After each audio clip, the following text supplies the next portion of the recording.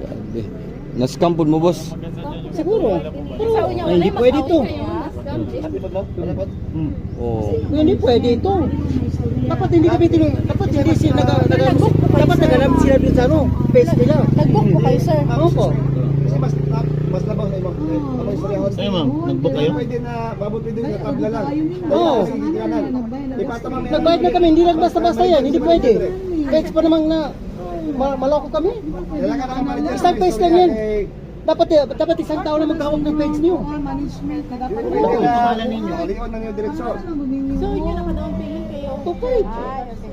Tawagan niyo sa email. Kawan to? Nakapong pa rin. Pero wala daw sa system nila. Wala daw. Ano, problema nila yun kasi nasa isang, dapat sa page isang tao lang nagkakontrol. Kung alam siya dapat, nagalang niya sila sa tao. Ganda na scam. Oo, pagkatapos ang tanong dito, ilang beses na na-scam ang lahat ng customer nila. Dapat kung dalawa, tatlo, alert na sila. Nakapag-ignore na. Grabe yung scammers, no? Dapat ka ng page nga nag-scam, ikuan man na. Makuan man na, ma-report man na. Ma-report yan.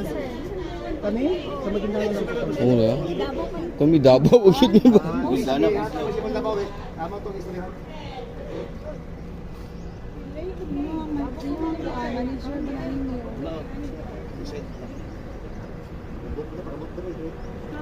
Dagan kayo. Kaya gikan ni sila kuan, lain-laing lugar, abot diri. Wala di ay na kuan, wala di na book. Kina day scammer diri sa Isla Hardin del Mar.